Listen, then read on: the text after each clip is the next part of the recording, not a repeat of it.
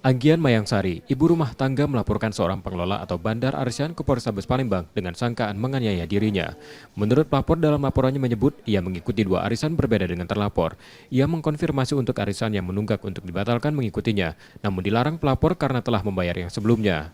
Setelah itu pelapor membayar arisan yang menunggak tersebut.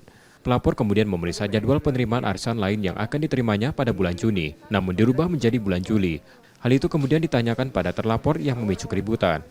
Aku ngomong, kau ngapa bawa RT, ini kan masalah aku dengan aku, kau nak malui aku ngomong. Tidak katanya, tidak bisa aku nak minta tengah. Tidak, kecuali aku kabur, aku kan bayar terus dengan kau. Tiba-tiba dia langsung nyengkem aku di sini Pak, posisi, dia langsung diterbangnya.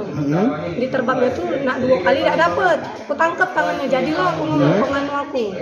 Nah pas laki aku dipisai laki aku, dijulai laki aku, ini kan kami berdua tuh kan. Dia tadi ada dengan lanang sih kok lanang, tadi nyulai laki aku sampai ke tempat, dijulai balik oleh laki aku. Pas itu ada budak Bogor kan sebelah sama dia nih. Dan ini nggak budak Bogor tuh dipisah berhenti lah, masa tidak berhenti, jadi diseret oleh budak Bogor di Caim itu kan, berlari lah kami jualan jangan malu ke. Nah sudah selesai, berlari dia tadi, berlari masuk ke lorong aku tadi kan. Laporan kini dalam penanganan polisi dari Polrestabes Palembang. Yudi Kiswanto, Kompas TV, Palembang, Sumatera Selatan.